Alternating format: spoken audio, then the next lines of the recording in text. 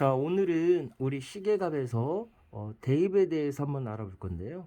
대입이랑 시계값 구하는 순서 세 가지가 있는데 이 세 가지에서 2번, 3번 같은 경우는 어떻게 보면 너무 상식적인 거라서 대입에 대해서 그 뜻과 함께 몇 가지 예시를 통해서 한번 알아보도록 하겠습니다. 네, 오늘 예시와 함께 좀 대입이라는 의미를 좀 명확하게 알아보고 그를 통해서 시계값을 어떻게 구하나를 좀 네. 보긴 할 건데, 네. 먼저 대입이라는 개념을 여기 이 책의 설명을 빌리자면은 문자를 사용한 식에서, 그러니까 이 문자를 사용한 식이라는 건 어떤 것도 상관이 없어요.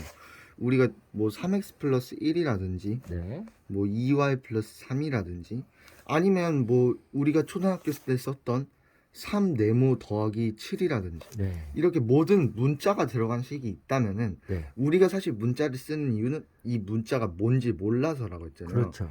그랬을 때 이 문자 대신 한번 수를 집어넣는 것, 그 자체를 대입이라는 거거든요. 이 대입이라는 한자 뜻도 사실은 대신 대자의 넣을 입자라해서 들 입자라 해서 사실은 결국은 이게 의미하는 바는 문자 대신 수를 대신해서 넣어준다, 네. 이런 의미를 해석을 할 수 있거든요. 네. 그럼 이게 뭔지 구체적으로 생각을 해보면은 대입도 사실 우리가 대입을 하는 이유도 두 가지로 총 나뉘거든요. 네. 첫 번째로 경우를 보면은 이 대입도 좀 첫 번째로 보면은 사실 이미 문자의 값을 아는 경우예요. 네. 이미 문자의 값을 아는 경우.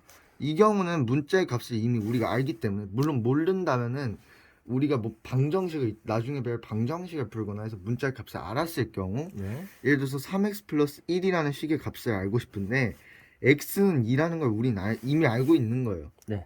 얘가 몇인지 궁금한데 x는 2라는 걸 알고 있는 거예요. 그럼 그때 당연히 이 x 대신 x가 2라는 걸 알았으니까 3 곱하기 2 더하기 1로 바꿔줄 수 있다는 거죠. 네. 이렇게 x에 2를 대입한다. 네, 대입한다. 이렇게 표현을 한다는 거죠. 네. 대신 그게 첫 번째 대입의 의미 한 가지 경우. 두 그리고 번째 경우는 뭘까요? 두 번째는 이런 경우예요. 우리가 문자의 값을 몰라요. 문자의 값도 모르고 시계 값을 알아요. 문자의 값을 모르는데 시계 값을 알아요. 이거는 좀 반대되거든요. 네. 얘는 문자의 값을 아는데 시계값을 몰라서 시계값을 알기 위해서 했던 게 대입이었어요. 여기서. 네. 네. 근데 반대로 문자의 값을 모르고 시계값을 아는 거예요. 문자의 값을 알기 위해서 하는 거예요. 아, 일- 그럼 우리가 흔히 네. 말하는 문제를 푸는 경우네요. 근데 일종의 방정식을 푼다고 하는 방법 중 하나예요. 네. 이게 좀 비효율적이긴 하지만 네. 이게 초창기 방식이기도 하거든요. 네. 예를 들어 보겠습니다. 예. 되게 한번 예를 간단해. 볼까요? 3x 플러스 1은 7이라는, 이제 3x 플러스 1은 7 이건 알고 있는데 이 네. 시계값을 알고 있는데 x를 모르는 거예요. 네. 네. 그래서 x를 풀어보기 위해서 하나씩 넣어봅니다. 이 네. 순서는 자기 마음대로지만 규칙성 있게 넣어보는 게 중요하겠죠. 먼저 0을 넣어보면은 1은 7이라는 등식이 되잖아요. 네. 이 좌변은 1이 돼요.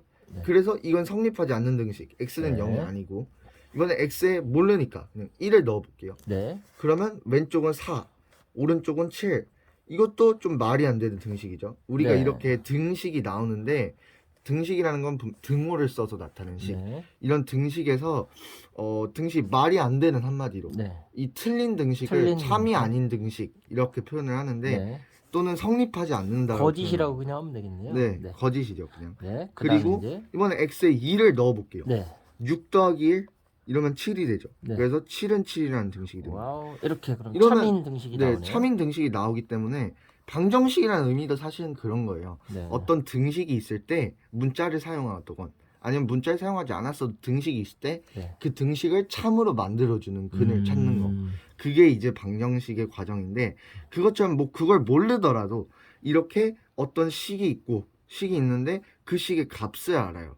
그러나 식의 값을 알지만 이 문자 자체는 모르는 거죠. 네. 걔를 오히려 알아가기 위해서 하는 게 두 번째 방법. 계속 네. 넣어보는 대입의 관점이라는 거죠. 네. 대입이 이렇게 숫자를 아는 경우 넣어서 대입하는 경우. 두 번째는 숫자를 모르고 나중에 값을 아는 경우에 그 미지수의 값을 찾는 경우. 그리고 네. 방금 방정식을 되게 멋지게 정의해 줬어요. 방정식은 그 값의 뭐 근을 찾는 경우라고 이렇게 말했거든요. 참인 네. 등식을 만들기 사실 위해서. 그 듣기 어려울 수도 있는데 네. 되게 간단하게 얘기하지만 결국은 근이라는 거는 그 등식을 만족하는 수라고 해서 그렇죠. 결국은- 참으로 만드는. 네, 아까처럼 3x 플러스 1은 7이면은 한번 풀어보죠. 나중에 방정식으로. 뭐 나중에 배우겠지만 네. 그냥 우리가 지금 풀면은 이게 x가 들어있는 이 항에서 1이 더해져 있어서 불편한 거예요. 네. 그래서 공통적으로 양쪽에서 1을 빼줘요. 1을 빼는 거죠. 그러면 3x는 6이라는 등식이 나오거든요. 그렇죠. 여기선 이제 우리가 편하게 할 수 있다는 거죠.